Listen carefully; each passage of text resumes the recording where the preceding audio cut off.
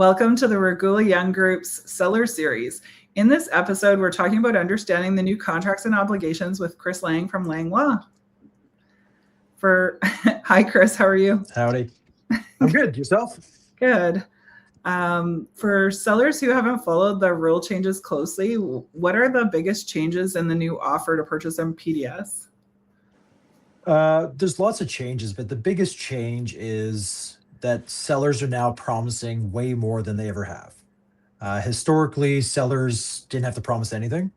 As a default, the contracts never really forced them to promise anything.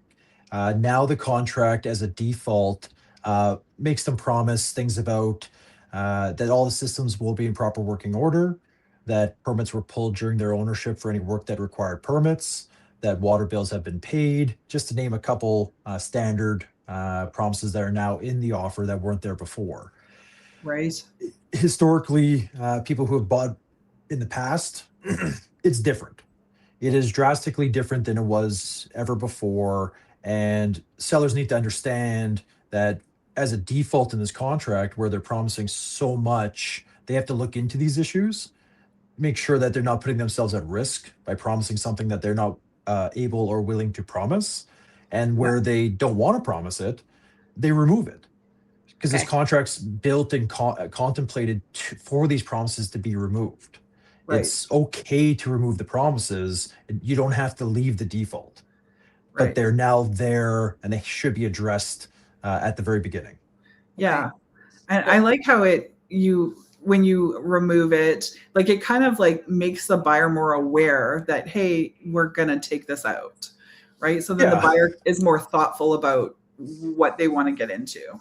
Yeah, I think the struggle has been, there's a concept in Manitoba called buyer beware. Yeah. And the concept essentially is you as a buyer have the obligation to find problems with the property before you buy it.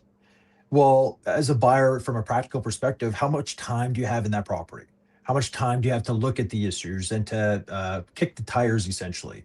Yeah. Whereas a seller who may live there for 20 years, 10 years, whatever the period of time is, they have more knowledge about this property. Right. So the contract was drafted in such a way that sellers are now, as a default, promising more. Yeah. And the seller is completely within their ability to say, no, I'm not promising that. But to your point, Denise, this now gives a buyer a good indication that, hey, if they're not willing to promise this, maybe I should take a closer look. I should not just go in blind and say, oh, it's all going to be fine. Well, now the seller is specifically telling me, no, I don't feel comfortable telling you it's okay. So maybe you should take a closer look if you're interested.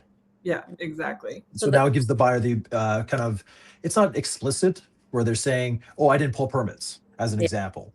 But it's a good indication that maybe if you're concerned about permits and they're not willing to promise about permits, you may want to look deeper into the permit issue as a buyer. And then that kind of takes us into like the property disclosure statement.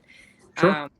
So why is it such a big deal now? And is it like, can it actually protect the sellers if it's done properly? Yeah. So the property disclosure statement, once again, historically was brought in to deal with that buyer beware, to try to soften it because of that imbalance of knowledge. So the purpose of the PDS for a buyer is to get that information.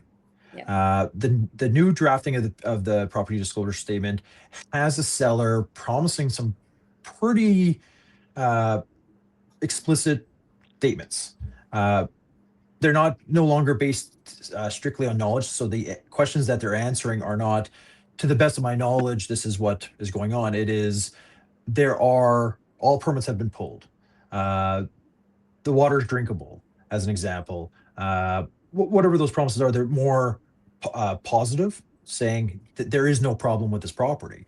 Right. Where seller, when they're filling out this PDS, how they can use it to protect themselves is by disclosing fully.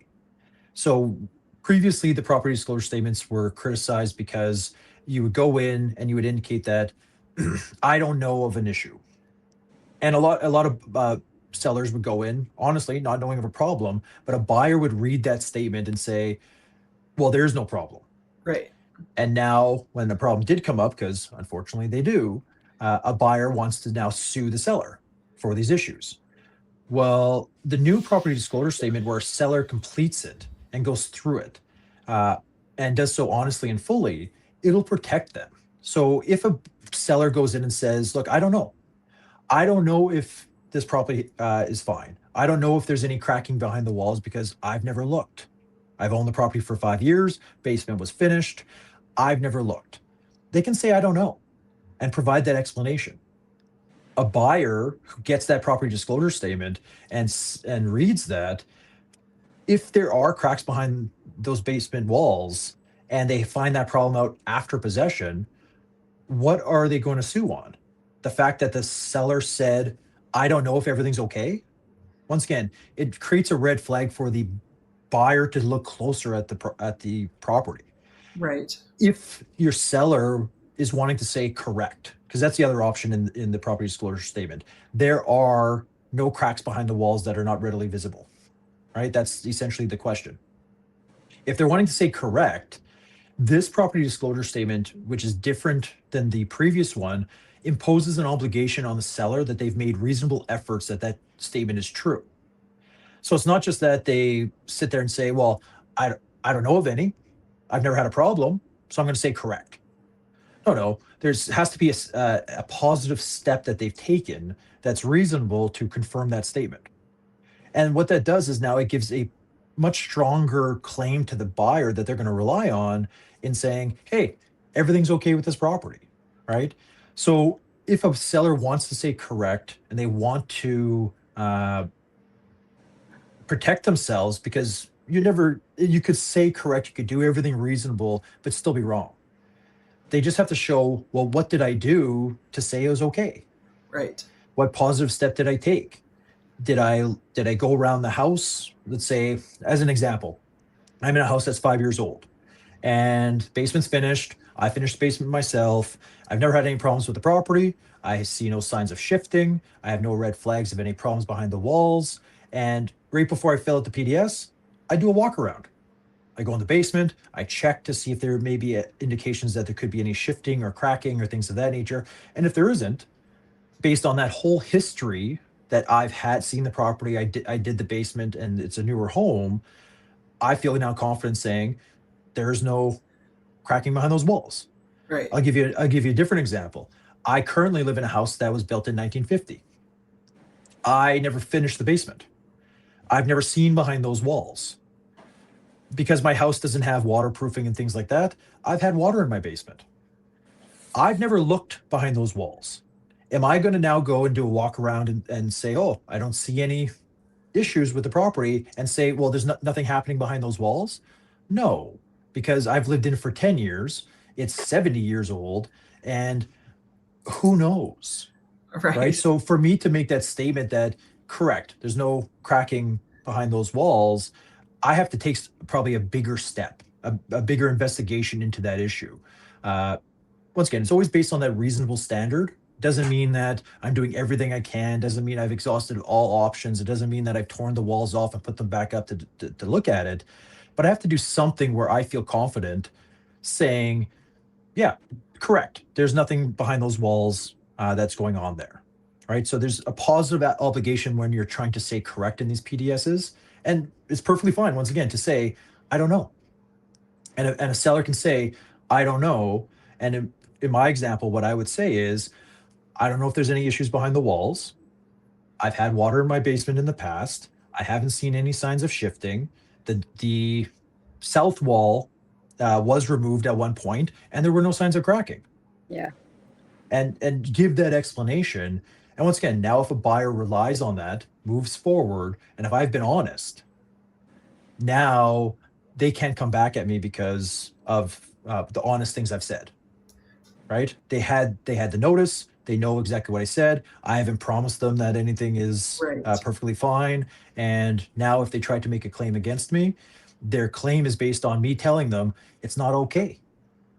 Right. It may not be okay. So the PDS has now been shifted more towards a tool, at least in my opinion, a tool for buyers to use to get information. Right. But I think this is what it was always supposed to be. That's correct. Yeah. But I think it's less of a tool for suing people if it's filled out honestly. because if someone lies on it or tries to deceive in regards to it, then it opens it up to fraud, and then it's a great tool to sue somebody with. Right. Yeah. Yeah, exactly. What are the most common mistakes you're seeing? I know we've only had this new PDS since November. What are the most common mistakes you're seeing sellers make when they're filling it out? I think mistakes is it's too early to know if there are mistakes yet. Yeah. But I think one of the things I'm surprised by is that a lot of sellers are completing these PDSs with a lot of correct statements. Meaning I don't know how a lot of sellers can honestly say correct to certain issues Right. unless they've done certain reasonable steps. So I'm dealing with one issue right now where the seller indicated that the ceiling on the windows was fine. Basically, they don't know of any fogging that's going on in on the windows. Right. So the statement would be that they don't. There is no fogging in the windows. Well, the buyer came in day one and the windows were fogged up because of a broken seal. Oh, okay. Their response back was, well, they didn't know about it. And now we're back on that exact issue of, well, what step did you take to say correct? Did you do anything? Did you Right. look? Did you even look at the windows to see if the seal was broken? No. Right. And if you did nothing and your only response is, well, I've never noticed it. Yeah. Well, have you taken those reasonable steps? So I think the biggest mistake people are making when filling out these PDSs, when indicating correct, is that they're not taking those making those reasonable efforts. Assuming. Yeah, they're going on what the previous standard was. Do I know of it? Nope, No. I don't know anything about it. No clue. Not looking into it. My knowledge is limited. But Yeah. I think what's being missed is that they're supposed to be taking that extra step. And a good example is I had a client a number of years ago who sold a house, very honest lady. Her spouse died a couple of years ago, and he did most of the maintenance. Well, she, since he passed, didn't go to the basement. Yeah. And on the PDS indicated that she was unaware of any water seepage into the house. Well, it turns out there's significant water seepage on that property. Wow. But she had no knowledge of it because she never went. So the new PDS would have forced her to actually go into the basement and take a look. Or say, Or put them go in the basement, right? Like I had a seller who couldn't get down the stairs, so she had no idea that all the problems down there until we told her. And she could have said, I don't know. Yeah. I haven't gone in the basement in 2 years. Right. And that's probably the second mistake I've seen on a lot of these property disclosure statements is that when you say, I don't know, it requires an explanation. I've been seeing a lot of property disclosure statements that will say, I don't know to certain questions, no explanations provided, only explanations are provided when it says not correct. Oh, wow. And there's explanations required on both. And what probably should be happening is when that buyer gets that PDS, they should be pushing back and saying, there's no explanation. Why don't you know? Yeah. Right? That So, makes sense. that'd be the other thing I'd be looking at or seeing as the biggest two things I think aren't being dealt with yet in an appropriate manner is not enough explanations and probably not enough reasonable efforts being done or documented. Right. Interesting. So with the new offer to purchase, what should sellers be more careful about when they're reviewing an offer that they've received? I think from a seller's perspective, you want to be looking at those warranties, the promises you're making. So in part 2, section 9, that's where a lot of those extra obligations are being added to the contract, where sellers weren't being asked to promise these things before. So that'd be the first place I'd be looking at an offer. Are they asking me to still promise about permits? Am I confident about the permit situation? Am I confident about the stove working or the furnace working or the air conditioner working or all those things, which then come into the proper working order promise that's in, I think it's 9G. So those are the things the seller should be reviewing to make sure that the promises they're making in the offer, they can actually make them. Right. Because if they just look at it cavalierly and just skip over it and say, well, it's not going to be an issue. Well, they could, they could be tied into it. Because the other thing that actually came up today in one of my other files, knowledge doesn't matter. Meaning, as a seller, if you promise that everything's in proper working order and it turns out not to be the case, it doesn't matter that you didn't know about it. Right. Yeah. You promised that it would be working. So even if you don't know about it, you're still liable. So as a seller, figuring out these things at the listing time, going over that contract, looking at the promises, permits is a great example. For example, during my ownership of my house, I've built 2 decks. Did I pull a permit for either one? I'm not going to tell you, but I probably know. Right. So at My that big stage, question what am I going to do? Yeah, my big question with clients lately has been asking, like, do they know that the contractor that did the work took out the permit? Because it is the homeowner's responsibility to make sure that the contractor took out the permit. But a lot of people are like, well, I assume he did. Yeah, look, there's a very easy, if you're in the city of Winnipeg, a very easy search that can be Yeah, done. city. You do permit search Winnipeg, and Yeah. it'll come up, put your address in, hit the disclaimer button, and Yeah. it'll pop up what permits are on there. So, Yeah.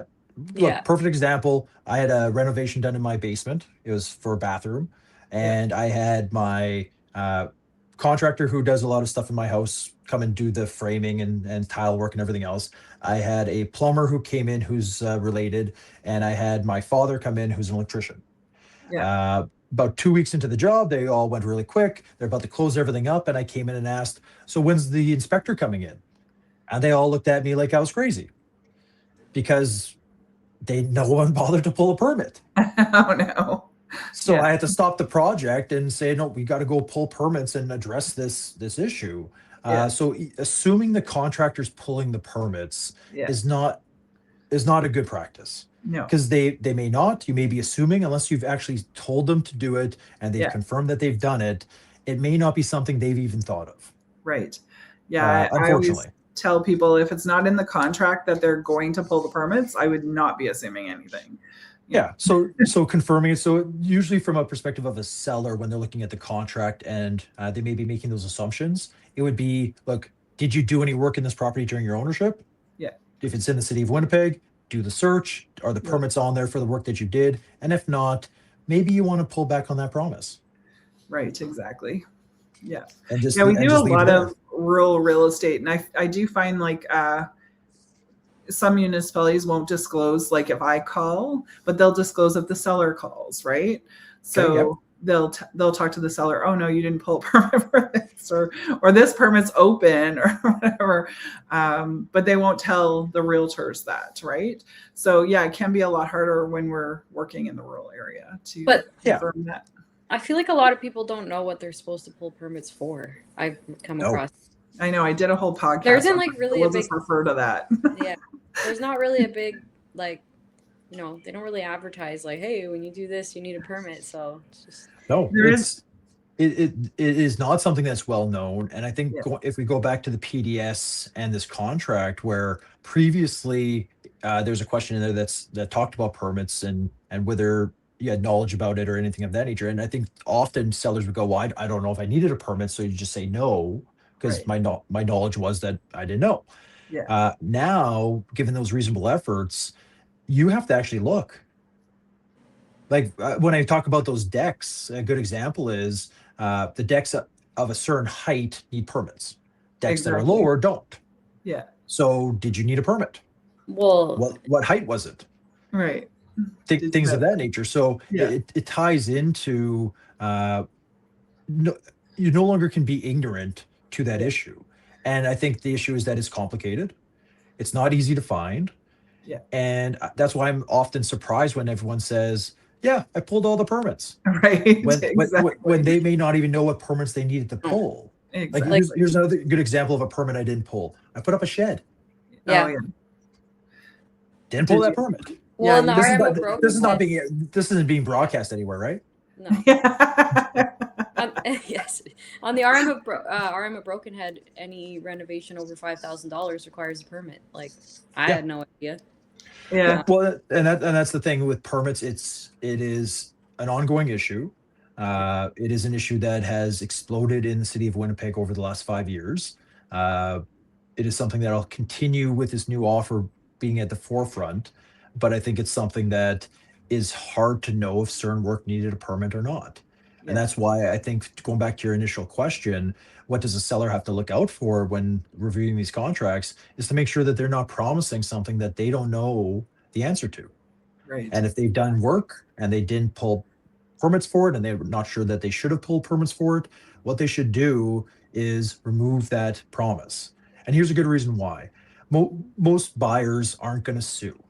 The damages that they suffer aren't going to be sufficient, No. or they just don't have the money that they want to go hire a litigation lawyer to address. So the Yeah. practical reality is it's gonna linger, and as long as, if nobody wants to agree, no one's gonna go that far. You know who will go that far though? The title insurance company. Right. yeah. So when the title insurance company pays it out, they may look at it and say, I have a great claim here that I'm going to now take my litigation lawyer and sue these people so I can get my money back. Right. So it's not just the buyers you have to worry about. As a seller, you may have to be looking out for that title insurance company Right. who may be paying out such claims. And this will be a great tool for them to use if the sellers don't protect themselves. Yeah. That makes sense for sure. Mhm. Thank you for that. In what situations should a seller absolutely call the lawyer before or during the sale? You know what? My recommendation is to reach out to lawyers as soon as they like. It's never too early to get the lawyer involved, to have conversations. The standard procedure is that you guys, as the agents, do a lot of that work. And from a sale perspective, usually we're getting that contract and we're kind of on the back end helping them out.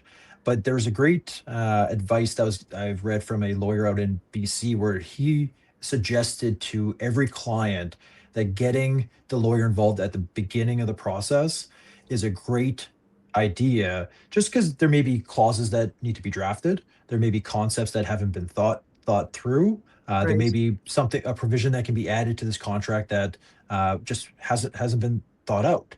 If the market turns, a good example of that would be a holdback. Yeah. From a buyer's perspective or from a seller's perspective, making sure that these promises aren't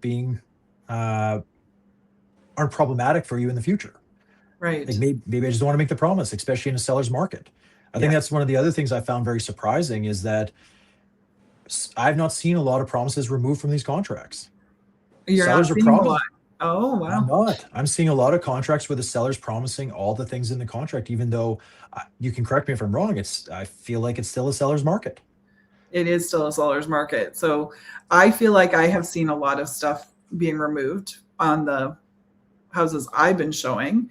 Yeah. But then, you probably see more actual done deals than I do. Well, and once again, that was the surprising nature of it. Yeah. So getting the lawyer involved at any stage is Yeah. a good idea. Calling the office just to figure out some of those nuances, Right. and sometimes it can be things as outside of the contract as paying out the debts. Right. So, for example, you may have on title a mortgage, you may have a second mortgage, you may have some taxes to pay, and you may just want to know, how much money do I need to pay all this stuff out? Right. Because there's going to be the realtor commission, there'll be the lawyers, have to pay out the mortgage, there'll be a penalty often on those mortgages when you're paying it out early. Yeah. If the property's in foreclosure, there'll be additional costs from the other lawyer. If it's in tax sale, there'll be additional costs if it's gone to land titles already. So there's a lot of things that could be hidden as part of that process, especially if they're worried about making sure everything's paid out. So Right. that's a good example of where to get the lawyer involved, even at the stage of listing. Yeah. Just to know, hey, what are we going to look at and what do we need to investigate? Yeah. From a business perspective, maybe the right answer is, don't call us ever. Just do what we say. But I think from the client's benefit, Yeah. it's get the lawyer involved as Yeah. quickly as you have questions. Yeah. I always do on an estate and Or- divorce. And Yeah, divorce. And then Yeah. there's two lawyers with the divorce sometimes. So Well, and there's two lawyers who are doing the divorce, and then you have one lawyer who's doing the real estate transaction, real and there's estate transaction. complications Yeah. in regards to that. I think one of the things I probably recommend from getting the lawyer involved is, if there's any question about anything in the offer, Yeah. call the lawyer. This is not to say that you guys don't know what the offer says, or that you can't advise them appropriately to the basics. But when at the very beginning, I said a lot's changed. And then Yeah. I just referred to the changes in the for the seller and the promises they're making. But there's a lot of little nuances as part of this contract that are relevant, that make a big difference. And if there's a question in regards to it, all the implications of what those changes are, I don't think there's any expectation that you guys would know that. Right. So that's a perfect example of, hey, we're walking through this. Well, what does this actually mean? What are the repercussions of that? Call the lawyer. Yeah. We should be addressing that and talking about that. And it's always good to have another opinion anyway, right? Like sometimes, for sure. Yeah, sometimes we're, our knowledge, especially since this offer has only been out since November, our knowledge on what the repercussions are very limited at the moment. Well, here's a good example. I had a situation this year where there's a pool. Yeah. And the pool was a kind of just sitting in the backyard, and the buyer thought it was a fixture, and did not actually name the pool in the contract. Well, when the seller got the contract and they read it and saw that the pool was not included, they took the pool. Oh. And if the question would have came up to the lawyers as to what to do and try to negotiate this, Yeah. the advice, at least my advice, would have been add it as a chattel whether you think it's a fixture or not, because now you know Right. it's going with the contract, Yeah. right? But that didn't happen, and now the two parties had different understanding of what they were expecting. So once again, if there's questions or there's concerns, my recommendation is getting the lawyer involved early is never a bad idea. Right. Awesome. Okay. Thank you very much for listening. And if you found this helpful, please subscribe, like, and share. Thanks so much, Chris. Not a problem, guys.